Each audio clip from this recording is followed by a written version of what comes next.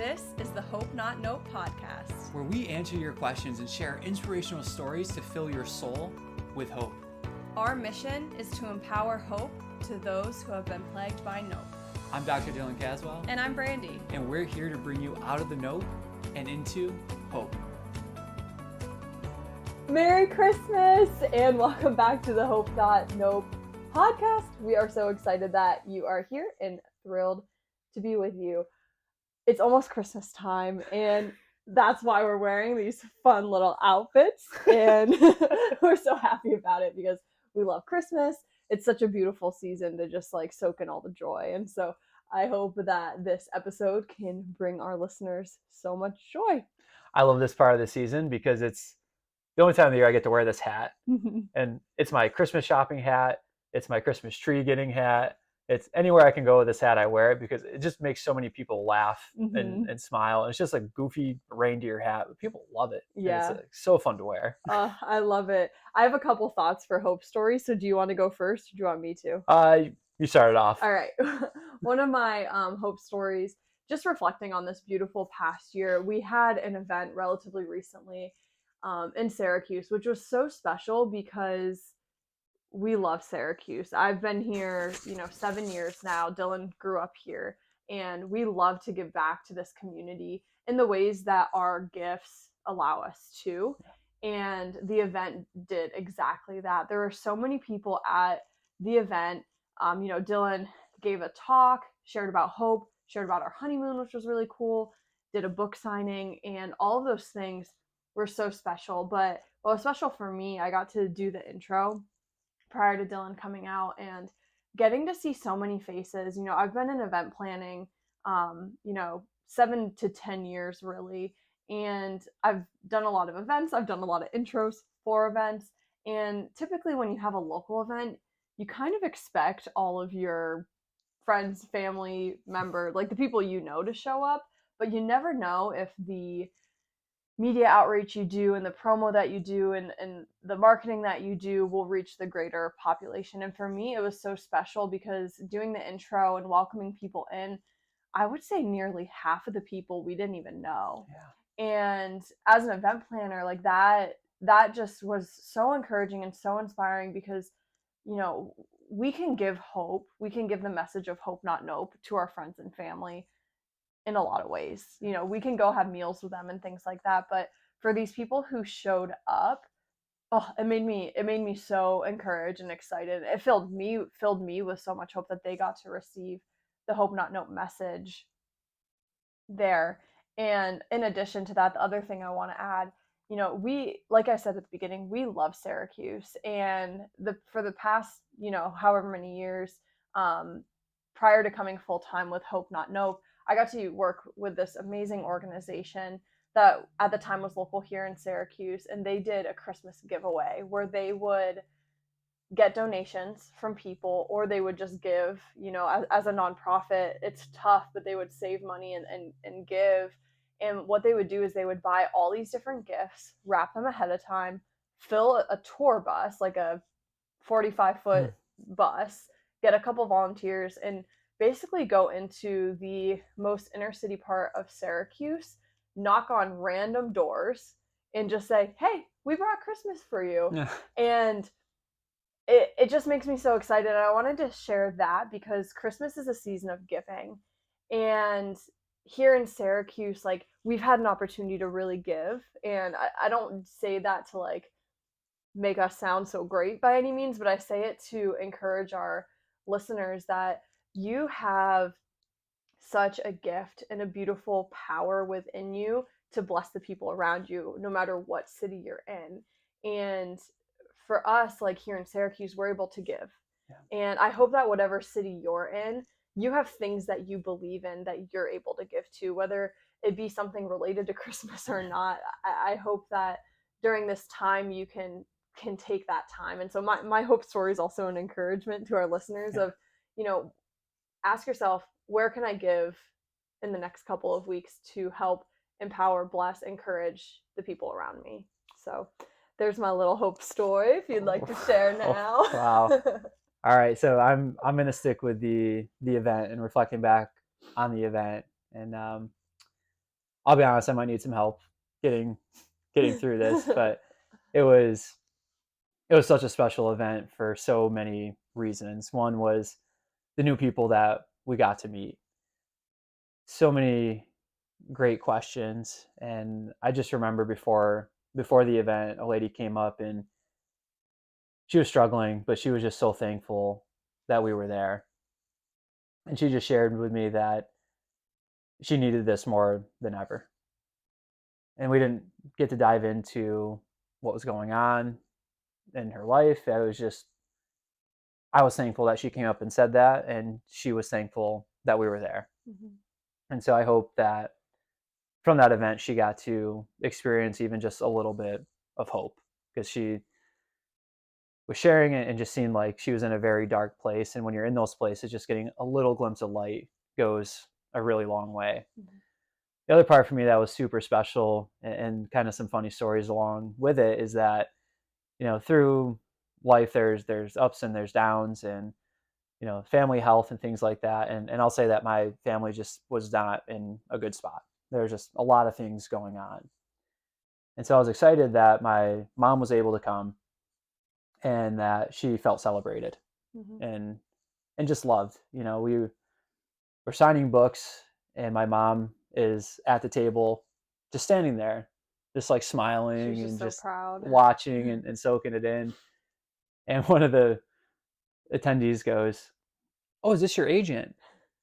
And I kind of laughed, and I go, "Yeah, she's been my agent since birth, actually." And the person goes, "Oh, wow." And then they started putting it together, and I go, "Yeah, that's my mom." And like my mom started laughing, the attendee bursted out laughing. Like, that is so funny to see that. But then we also had, one of my best friends, his parents were able to come and attend the event, and the one had travel that night to go to a very, very special event in Alabama, and she came out to support and to hear the message. And she brought her husband, and these two, like, they really helped to raise me and all of my friends back in Cato. Mhm. Very special people in our lives. And it took a lot of effort for her husband to make it, Mhm. and they were the first ones there, Yeah. aside from us and the team at the place that we had the event, setting it all up. They were the first two there, and they were so excited to be there. They stayed the whole time. It was very moving. And then for me, I signed way more books than I thought Mm. I was going to be signing at this event. Yeah. And I just remember signing them and signing them and signing them, and just having that moment of going, wow, that time I spent in high school in the back row, not paying attention, working on signing my name is actually paid off. For the first time in my life, I understood why I was doing that in the back row. And people probably got the book and they're like, yeah, you still need to work on it, buddy. But I was like, wow, I developed this in high school, and now I get to use it. It's one of the more useful things I guess I got from high school. Aw. I love that. You're probably thinking in high school that you'd be a professional NFL player. And so you're like, I'm going to practice my autograph. But little did you know that you'd, in some ways, get to inspire more people through the Hope Not Nope work. And you Yeah, still get to use your autograph. and pen on paper is way easier than marker on football. Yeah. Oh, for sure. Yeah, I so love my Hope story just encompasses all that Yeah. event of how great it was to give, and at the same time how much of a gift it was to receive. Hmm. And not just like receive that moment of like, wow, being able to sign these books, but that moment of receiving people's nope, Mm. Yeah. because you could feel it. You could feel it in the room that the people there were needing it. Yeah. And I knew it was needed. Like, that's why the business was started. That's why the book was started. But it's different when you see it. Yeah, and it's different, you see it with your clients Mm-hmm. in that setting, but to give a talk in a local venue and have the amount of people that came come and strangers come, you feel the empathy for them, And it was beautiful because not only were they struggling with nope, but it was awesome seeing the hope ignited in them almost immediately. In that when you were signing books, they were asking you questions for themselves, but also for their family members. You know, we would receive questions.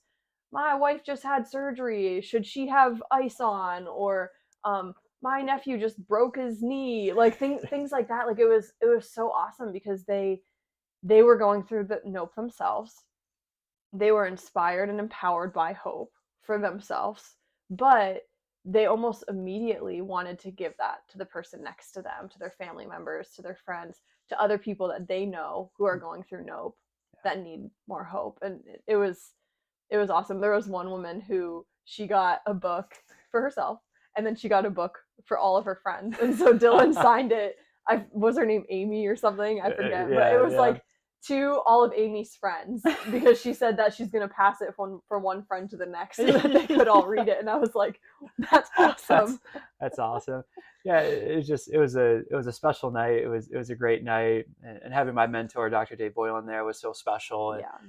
you know, Roxanne and her husband, just like all these little pieces that really built this message of hope not nope, to be there and to share it with them. It was fun to like look over, and I almost couldn't look at them with eye contact because they're just smiling the whole time, because they know the whole background. Yeah. They know all the steps and all the work that went into these moments. And it was really special because after the talk, I'm going back into the quote unquote green room to just kind of recollect myself before going out and signing the books and talking more. And it was super special because back there, the first two people I got to interact with was my godmother and my godson. Yeah. And that was just so special to have that moment. Yeah, it's so special. Mm-hmm. It was a great night, and it makes me excited for future opportunities to give talks in different communities, not just our own, and to share this message of hope not nope, to share the book with more communities, and to be able to continue to give back, because we see the impact that it has on people when they receive it. And like you said, then we are impacted too by their stories, and we're just excited to continue to keep that going.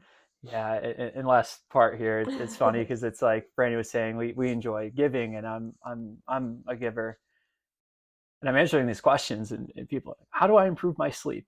And I'm like, okay, yeah, let's go into it.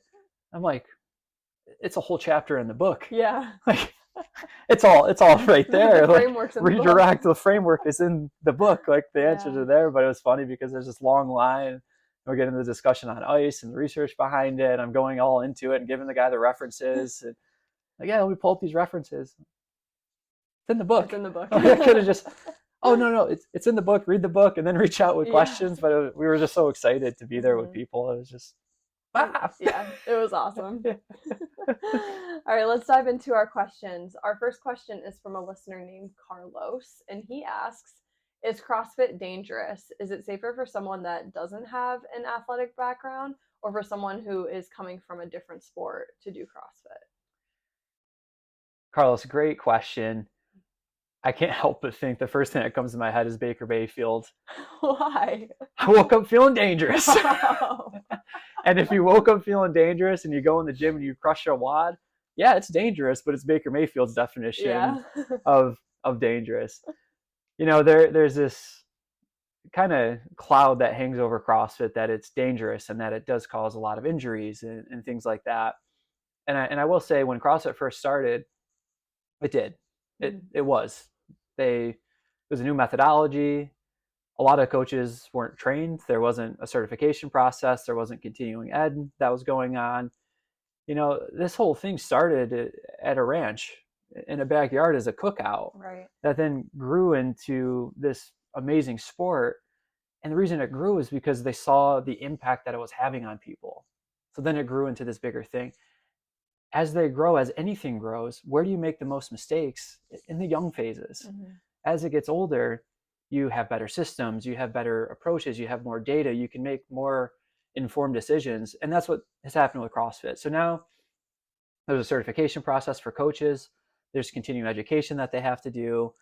a lot of people are not doing their own programming anymore. They're subscribing to these bigger ones like CompTrain and Mayhem and Invictus and all of these other ones that are out there that have a bigger data pool to see that, yeah, when we use this volume for this population, that these are the results that we get. So it's really come a long way. Initially, yes, there's a lot of injuries. Now, no. And I'm not just saying this from a biased point, because I love the sport of CrossFit, what it's done for me, what it's done for so many other people around the world, what it continues to do. We're just reading the updates to this upcoming season. And in 2024, they're having, separate competitions for the masters and individual athletes. And the reason being is because I think it was more than half or 60% of people that participated in the Open were masters athletes. Wow, yeah. How incredible is that? Everyone talks about this obesity problem that the youth has, and yes, that it is a problem. How do we change that? We have to lead. And now we're seeing, wow, 60% of the participants, if that number is accurate, is 50 or 60%. But this large portion of the population is masters athletes. What a phenomenal example that they're setting for that next generation. So I'm excited to see that next generation and come up. But anyway, when we look at the research now, like the objective data that is out there, we see that CrossFit actually has less of an injury risk than running, than gymnastics, than powerlifting, than bodybuilding. People might say, well, there's a lot more runners than there are CrossFitters. Incredibly true. But what I found is a lot of runners are only running. They're not doing strength and plyometric training. They may not be changing their volume. They may not be changing their intensity. They're doing too much of the same thing for too long, and it leads them to more chronic tendinopathies. Where in CrossFit, the reason that injuries happen most of the time is because of egos. Or from, and it could still be in this category, from coaches progressing people too fast when they don't have the base down. But that happens anywhere, and that happens everywhere. I will also say that there's a complexity to CrossFit, and that complexity adds a little bit of fear. I'm not saying fear is a good thing, but sometimes fear can be a good limiting factor to a person going to try to do an Olympic lift when they can't do a front squat. Right? So people see people doing a clean and they're like, whoa, I don't think I'm there yet. What? Great. Let's work up. Let's start with our building blocks. Can you do a goblet squat? Once you get the goblet squat, can you do a power clean using a PVC pipe? Now can we do it with a training bar? Now can we do it with a barbell? Now can we start to add training plates onto that barbell? Now can we slowly add that up?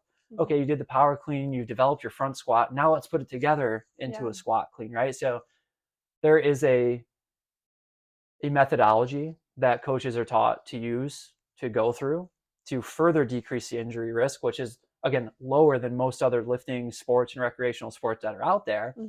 But it can even be further mitigated with appropriate coaching, which goes so far, and leaving the ego out of every day shouldn't be a PR day. I do that sometimes where it's like you're feeling good and you're like, well, it's a PR day, but every day shouldn't be a PR day.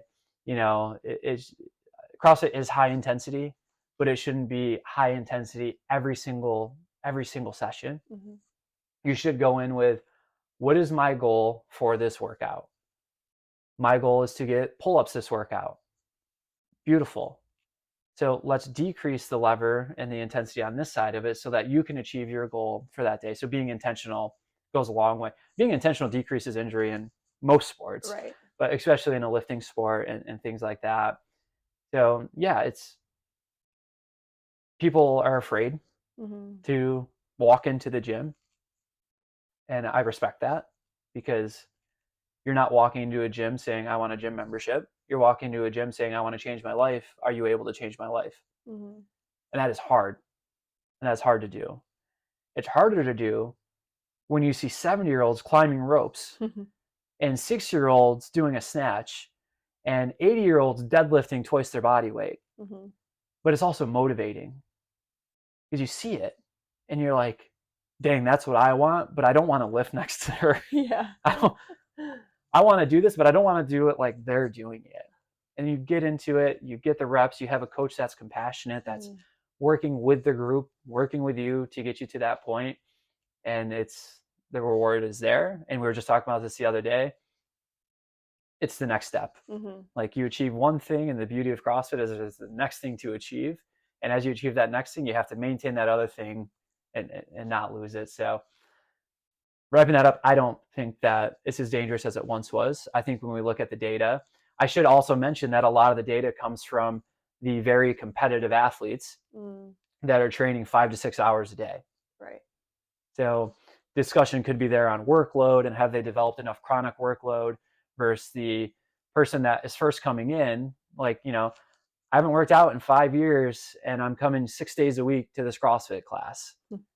You're probably going to be sore. Yeah. And you're increasing your risk for injury. Not saying you're going to get injured, but you're increasing your risk for injury because you just spiked your workload significantly. And the data shows if you double your workload, there's a 20% chance, higher likelihood that you'll get injured. The more that you keep increasing it, the higher likelihood that you're going to get injured. So go into it, listen to your body, know that it is safe. Coaching has come such a long way, and they're continuing to pour efforts into the coaches to develop them further and further and further. At the end of the day, from your first week of that class, you'll know if you have good coaches or not. I love it. And I think of the second part of the question in regards to like, oh, is it safer for someone who does or doesn't have an athletic background?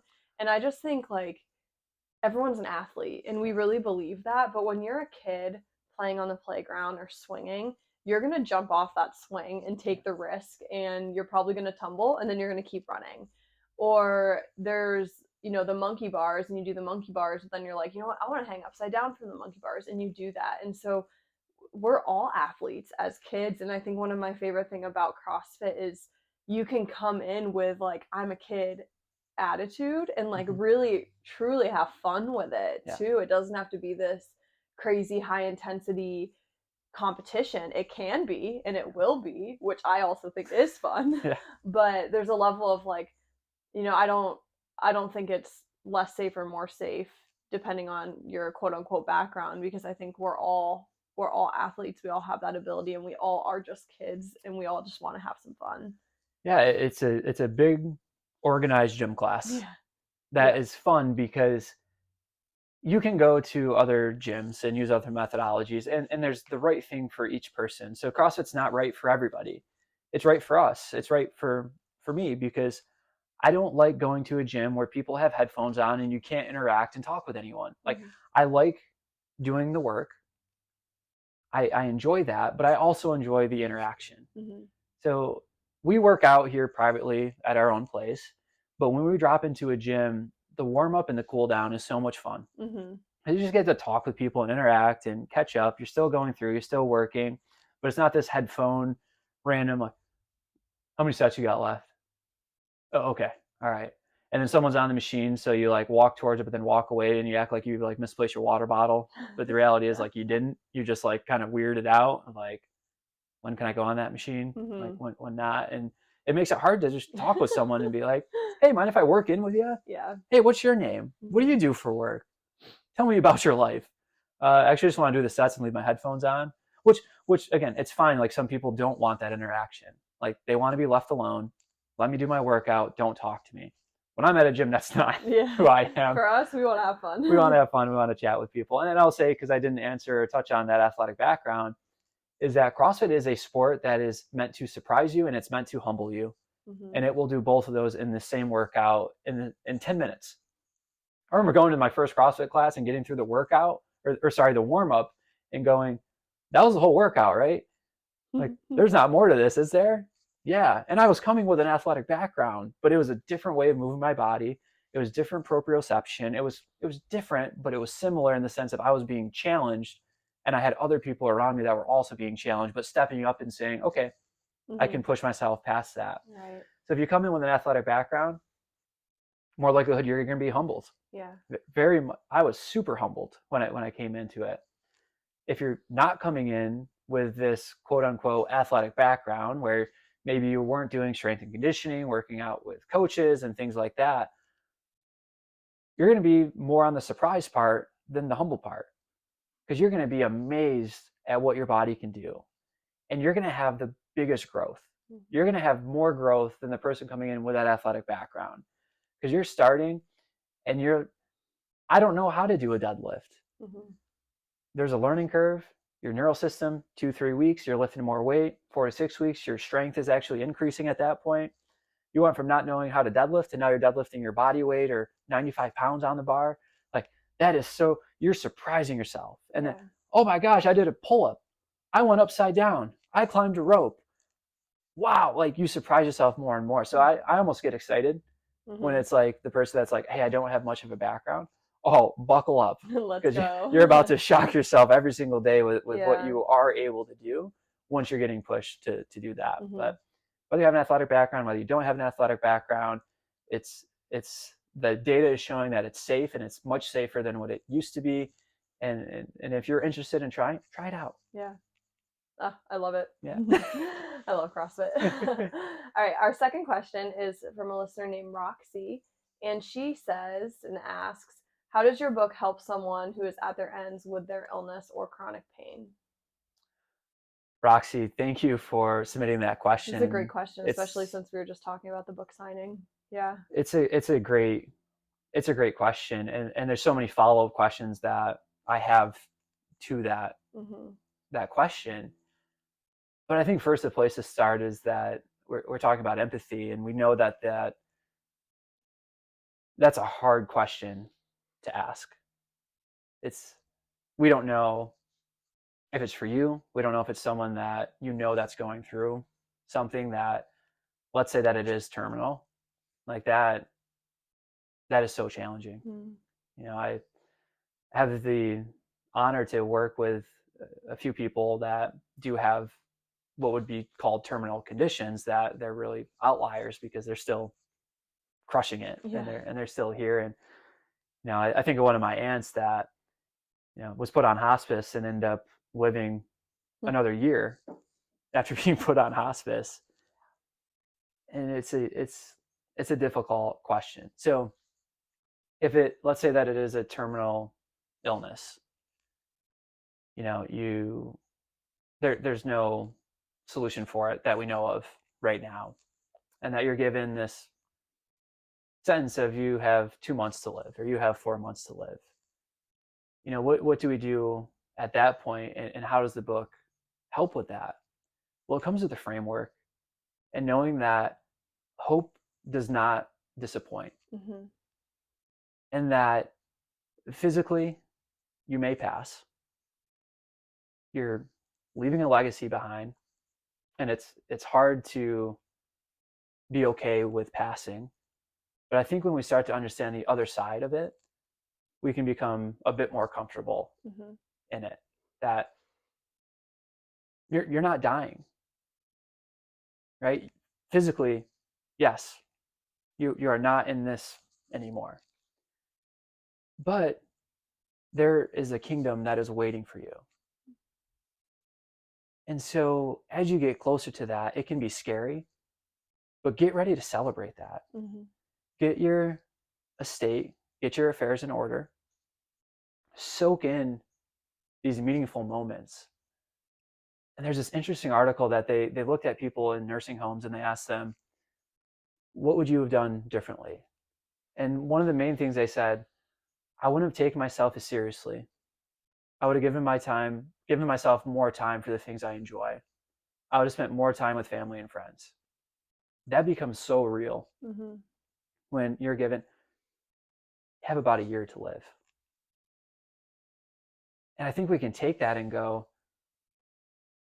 wow, if I don't have a terminal illness that I'm diagnosed with, why can't I start doing that now? Like, why can't we do that now, so that we get to that point and we go, I love when people pass from or pass and they're just happy. It's peace. It's peace. It's like, I lived a great life. I did what I was supposed to do. I met amazing people, had an incredible family. There's things that I could change, but can't change. Like, I'm good with it. And that's so special. It's so special to be able to celebrate that. And for loved ones, we're allowed to miss people when they're physically gone, Mhm. but know that they're always with you. Mhm. And I think that helps a bit Yeah. for that side. On the other side of it, we've worked with a lot of people with chronic pain that think that it's the end. I'm stuck with this thing. And to that, again, we go back into the framework. No, you're not. The brain is it's based about neuroplasticity. We can change how your brain is functioning. We can change how you're interacting with your environment. We have some control over these things that it's not the end, and we can show you that it's really just the beginning. And that's where, hope not nope, but that's why in the book we talk a little bit about nope before we dive further into the framework of hope. Mhm. Because when we have the understanding of what the nope is doing for us and what it's teaching us, and that this adversity that we're facing is meant to sculpt us and to form us and to help improve us eventually, Mhm. then we start to fully recognize hope once we achieve it. Because hope, it's a byproduct of adversity and suffering. You experience the most amount of hope after experiencing the most amount of nope. Mhm. To know that if it is one of these types of things where you've been given this label that's not necessarily terminal, that change, Mhm. or you can change that interaction with that label. Yeah. I think of when we first met. Actually, two things. They're connected, but we were watching Jason Kelsey's movie the other day, Mm-hmm. and he mentioned, the greatest gift you can give someone is to believe in that person. And I just smiled because the first time we met, you believed in me in a way that I didn't think was possible because I'd suffered for close to 10 years in chronic pain. And you've blessed me with this hope not know methodology that I've been able to take and fly because of it. And I'm so thankful for that. And I think of, whether the person, like you gave these two beautiful examples, regardless, this person's at their ends with their illness, with their chronic pain, um, whatever that may be, this methodology can still help you to fly. And I think that I have so much peace, and I say that with confidence. I don't think I say that with bias. I say it with confidence because it impacted me greatly, and I know it will impact other people greatly as well. And so if you haven't read the book, go read the book. If you haven't read the book and you don't like reading, go listen to the book because it I'm assuming you like listening to things because you're listening to the podcast right now. And so you can go listen to Dylan do the audiobook and it's great because it's his voice the whole time. So it just feels like you're chatting with Dylan. But truly the methodology is really great and the framework is really great. And I hope that more people can be inspired by it because I think the book, handing it to someone and someone receiving it, it's really us giving it to that person saying, we believe in you. Like you are already healed. You are already well. This might just help you a little bit more so that you can believe it for yourself. And I think that like that's our desire. Yeah, and that's why at the end of each chapter we put the chapter practices and chapter reflections in it. Mm-hmm. And the reason is we could have not done that. We could have kept those and said, yeah, we have a framework Mm-hmm. for you, but you have to call us and we have to do an appointment for you to be able to reflect and to practice and to use these things. And we put it in there because we believe Mm-hmm. in you. And we believe that once you read it and once you reflect, that it will significantly help you. Mm-hmm.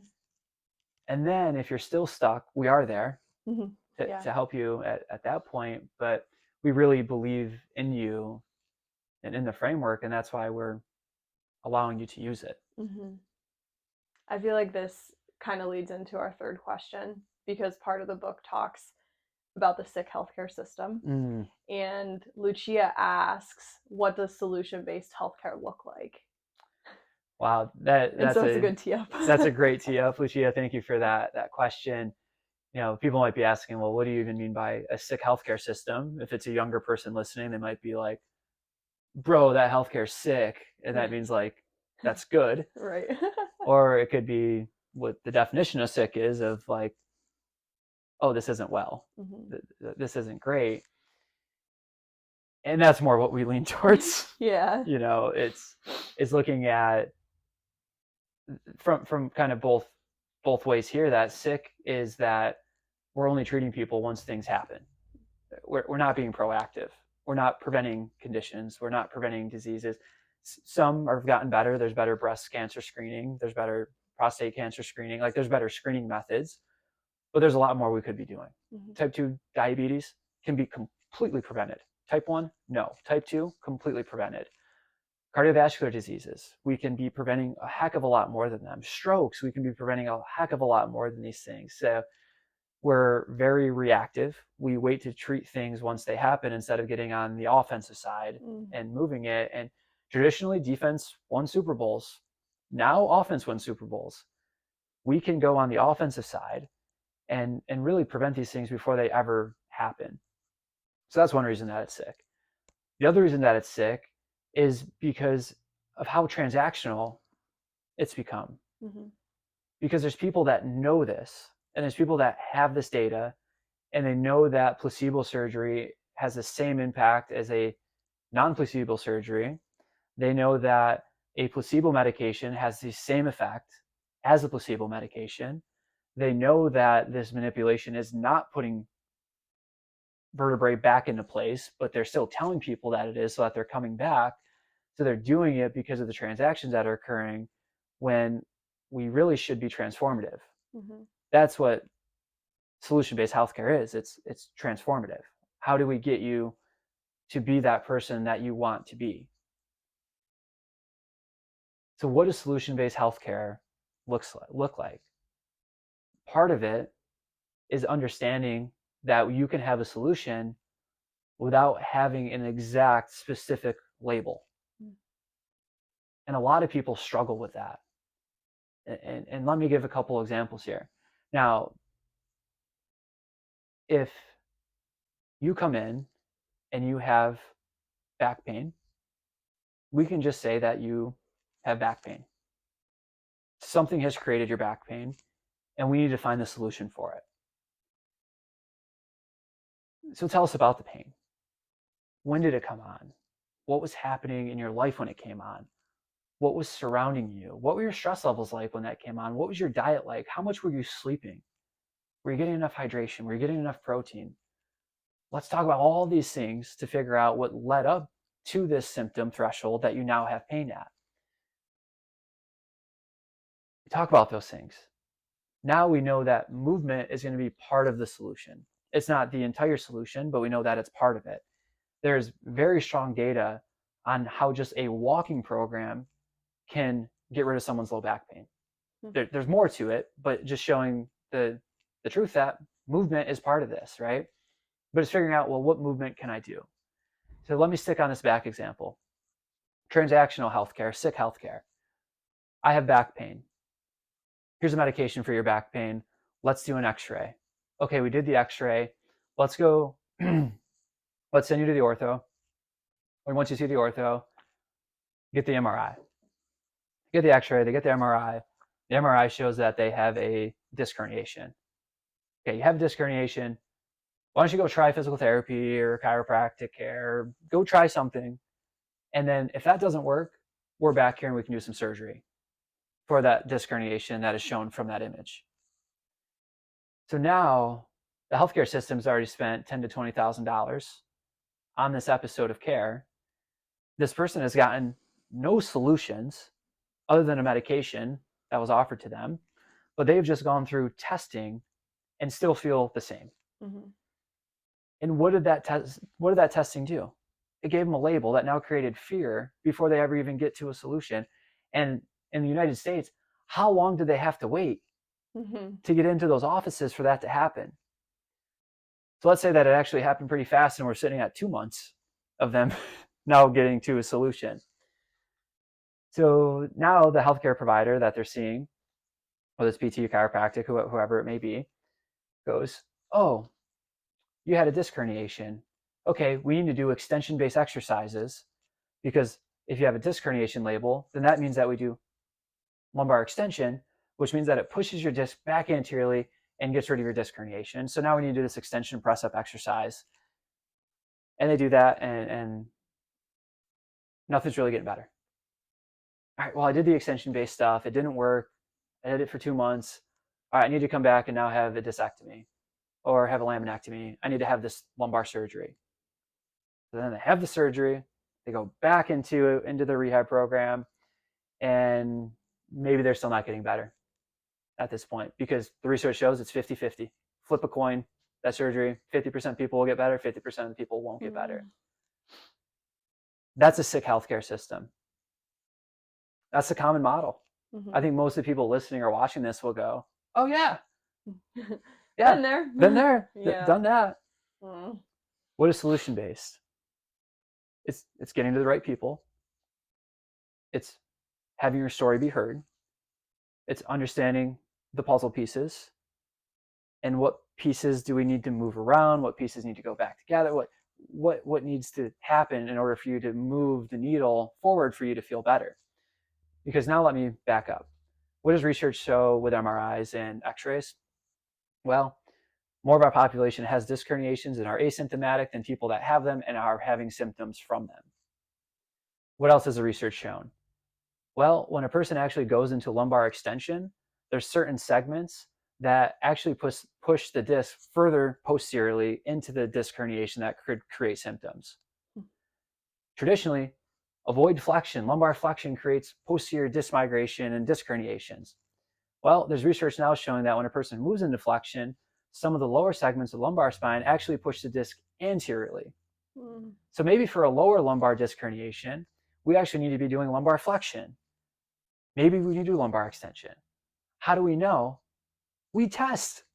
We have the person do the movements and we go, that one seems to bother your symptoms and give you those neural symptoms down your leg. We should probably let those calm down and not lean into it at this point. And then when you go the other way, your symptoms start to centralize. We should focus on that way. Now, when we're doing this, do we know exactly what's going on in the spine?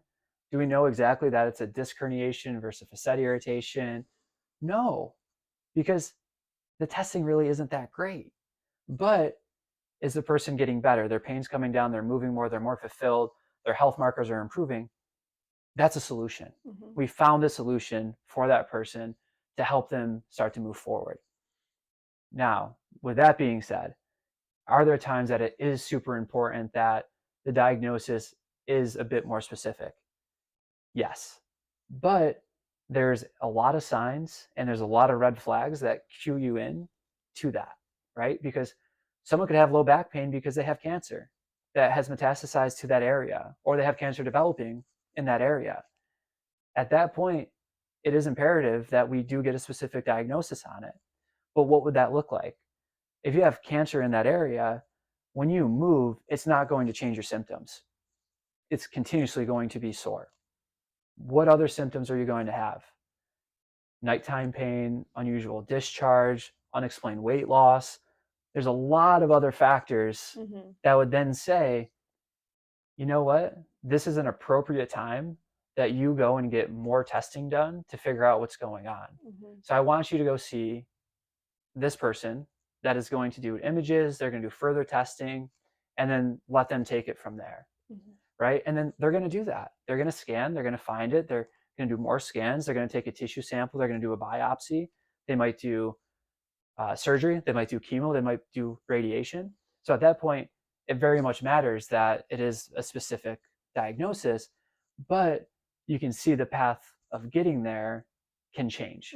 That if you have low back pain, you don't have these other things that are happening, you don't need to go through this mill that's just set up to make money.